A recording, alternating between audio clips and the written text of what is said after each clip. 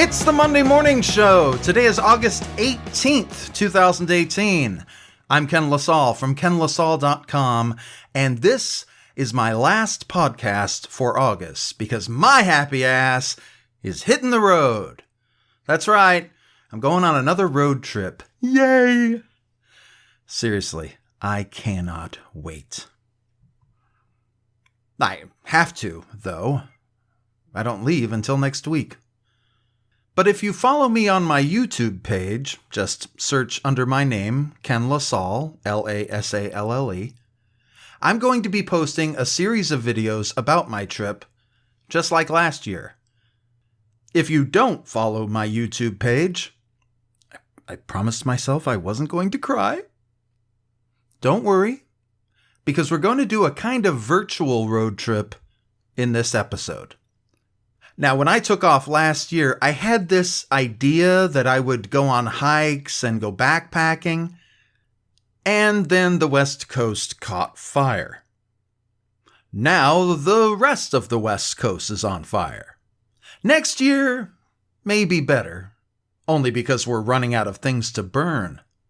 But this year's trip will be slightly different because, although I won't be on the road for nearly as long, I've set some cool stops along the way that I think you'll really enjoy. I hope. So, that said, let's go. I'll be driving up to see my brother in Washington State, as usual, and I've set aside 3 days to get there. By the way, if you want to check out some truly epic road trip videos, take a look at Captain Dan's recent work. I wanted to give him a plug because I really enjoy his YouTube channel. I'll need to wake up at around 5 in the morning on my first day, which is a stupid way to start a vacation, but I have to leave early because I want to hit my first stop just as soon as they open. And that stop will be the Buddhist Meditation Center just outside of Adelanto, California, if I'm even pronouncing that right, off Highway 395. Adelanto, by the way, has no inside to it. Everything's outside. It's all desert. And this Buddhist Meditation Center is right in the middle of all that nothing. There are no signs, even from the road. How I'll ever find it is beyond me, but there's supposed to be a 24-foot tall statue of the Buddha. And I, for one, would like to see it. I like the idea of beginning my journey in a meditative place, to set my head on straight, as it were, before driving, on that day I'll be driving about 480 miles.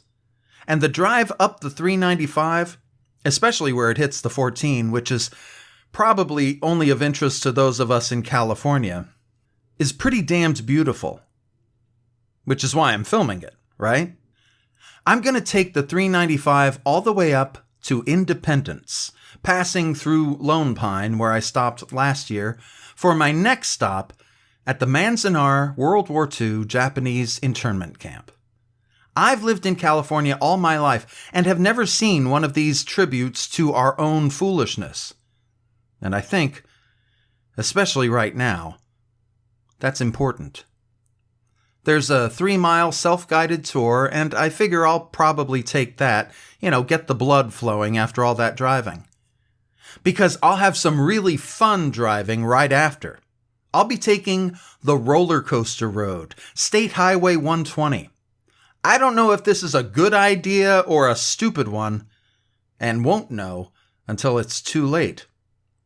And somehow this is my idea of fun. Once I get back on a flat surface, though, I'll head right up to South Lake Tahoe, which has a very nice Motel 6 with crazy low rates. I probably should come clean here. I'll be spending each of my nights at some shithole motel or another, like a Motel 6. As a writer, I don't make a lot of money, so I've got to cut back where I can. But I don't mind that in South Lake Tahoe because, really, have you seen this place? I mean, it's still a Motel 6, I grant you, but as far as Motel 6s go, it looks pretty good. Day 2 then.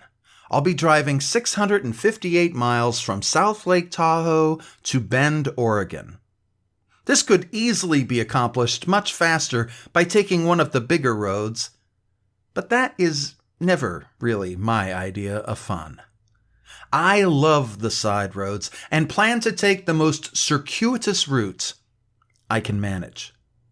There's a lay-by that overlooks Ghost Lake in Northern California, where I stopped on my trip last year, that is so wonderful. I'm going to bring a foldable chair and just sit out there and enjoy the view. I can't wait. After that, I'm stopping in Dayville, Oregon, the home of a miniature Wild West town. And I'm not kidding, it's very small. Clearly, this is just for filming because I happen to be a huge dork. But also, it gets me off the beaten path for just a little while longer. And I like that. I hit Bend and another Motel 6... Wait, what? Days Inn? Sorry, a Days Inn. And hopefully, a nice place for dinner. I am not what you would call a fan of Bend, Oregon. I think it's a beautiful place, but it's growing so fast that half of it always appears to be under construction. And the roads are kind of a mess.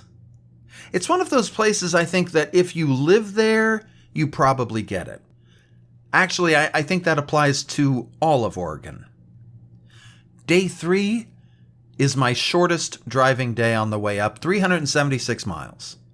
I'll take the 97 out of Oregon and up to Granger, Washington, home of the dinosaur town. This little farming community of Granger is supposed to have dinosaur statues all over the place, which sounds to me like a fun way to stop for lunch and get a bunch of shots of dinosaurs before landing at my final destination for a few days of rest, relaxation, and passing out in Washington. Sadly, though, all things must pass, and my trip home will only be 1 day longer than my trip up. That gives me a little time for some side excursions, though, and one of the most enjoyable drives down the 101.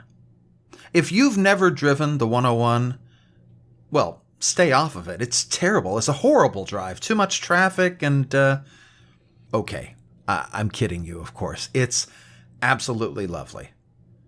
I start day 1 driving through Whidbey Island, where I'll take the ferry at Keystone Landing. I think it'll be nice to get out on the water for a bit, and that's going to leave me very close to the 101 on the Olympic Peninsula. After about 525 miles of driving, I'll end up in Newport, Oregon. I have no plans along the way because I've taken this drive before, and I know that there's so much to see just off the roadside.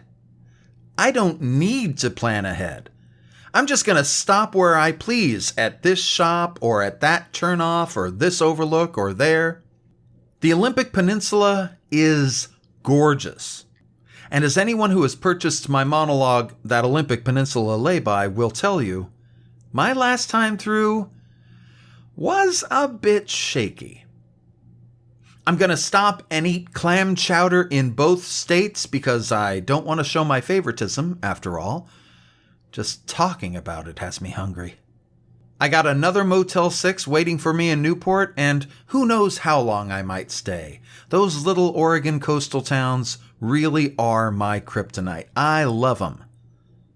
But odds are I'll be back on the road for day 2, 470 miles from Newport, Oregon to Ukiah, California. I want to stop at Cape Blanco, but the signage ain't great, so don't hold me to it. Again, my plan is to take as many of the little stops along the way as I can. And let's not forget Ukiah's claim to fame, the little plaque on the side of the road that is a tribute to prostitutes. They say it's a little difficult to find, but I plan to get in there. Find it. Should be a fun, relaxing way to spend the afternoon. Anyway, as I write this at my desk, this all sounds like heaven. I feel like someone reading the menu in a restaurant before ordering, and they're starving. I've got 3 more titles coming out this year, and I've really been busting my butt to get a lot of new titles out the door, so I cannot wait for this trip. Day 3 then. A short day, 320 miles, Ukiah to Paso Robles, California. Aside from driving across the San Francisco Bay, there's not a whole lot about this day that will really be that good in terms of driving. Driving through the San Francisco area is really no more pleasant than driving through the Los Angeles area. It's just traffic, and oh yeah, here comes some more traffic. Just lots of it. But before I leave Ukiah, I'll make a stop at their other claim to fame, the City of 10,000 Buddhas. A Buddhist monastery that really looks quite wonderful. I don't know how long I'll be there, which explains the short driving day. I mean, how long does it take to cover 320 miles? 5 hours? Maybe? When I was young, my preference was to take the longest drive I could think of, which was also coincidentally from Southern California up to Seattle. A good 1,200 or so miles up the 5 freeway, and just tear through that all in one shot as fast as I could. I'd usually make it in about 13 to 14 hours, certainly less than a day. Now that I'm older, to hell with that. Anyway, if I get a little extra time, I can hit a winery too. In Paso Robles, I'll be staying at the Adelaide Inn, which will be a nice treat. The Adelaide is an older motel from the glory days of roadside motels. Everything is just a bit sweeter there. And it's a great place to stay when you want to spend the day touring wineries. Vicky and I are big fans. Of course, I can't do one of these road trips without taking a hike. And I have a good one planned for my last day on the road. Day 4 is an even shorter day, 250 miles. But that's because I'll also be hiking out to the 407 7th.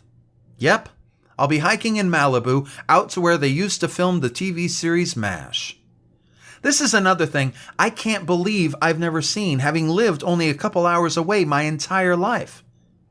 It's a convoluted trail from everything I've read, but I'm hoping there's enough signage or some hints to help me on my way. And of course, I'll film the whole thing. Anyway, that's how it's supposed to go. Last year, my trip ended up being a bit different from what I had planned. But that's what makes it so much fun. And though I might not get to experience all that I've described here, it's nice to sit back and consider what could be just before I go out and make an idiot of myself. So look for those videos on my YouTube channel starting in just a few weeks. And until next time, until September, be good to yourself, be kind to others, and let's make this world a better place.